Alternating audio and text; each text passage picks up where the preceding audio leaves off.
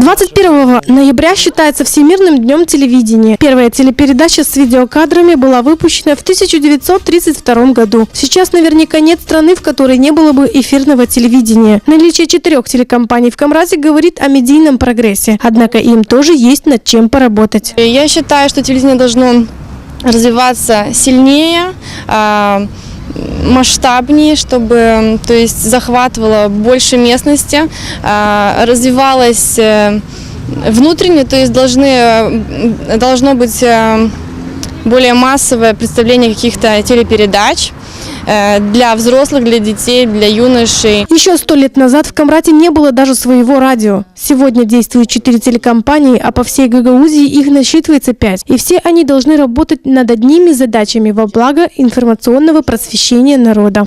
Профессионального роста, гласности и всего самого хорошего. Чтобы наше телевидение, оно было как бы наравне с жизнью.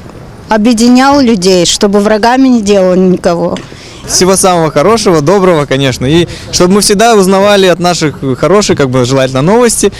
Но если что, чтобы народ узнавал все из первых уст. Вот, чтобы были осведомлены. Это наши глаза и уши, так сказать. Поздравляю тех людей, которые делают это телевидение, которые монтируют, которые собирают информацию, которую освещают.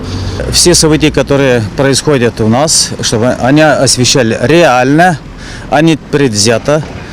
Так как мы имеем сегодня в Камрате телевидение красных, телевидение зеленых, телевидение голубых, этого не должно быть. По мнению начальника по делам молодежи и спорта Гагаузии, коэффициент полезной работы телекомпаний для народа будет больше, если они будут сотрудничать. Развитие в первую очередь идти, чтобы взаимодействовали все телевизионные каналы друг с другом.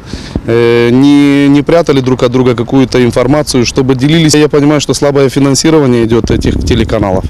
И поэтому нужно как-то более тесно сотрудничать, чтобы обмениваться информацией, чтобы доводить ее до потребителя в полном объеме и с разных точек зрения. Этот праздник телевидения стал отмечаться с 1996 года. С тех пор государством было предложено отмечать этот день, обмениваясь телевизионными программами, посвященными таким проблемам, как мир, безопасность, экономическое и социальное развитие и расширение культурного обмена.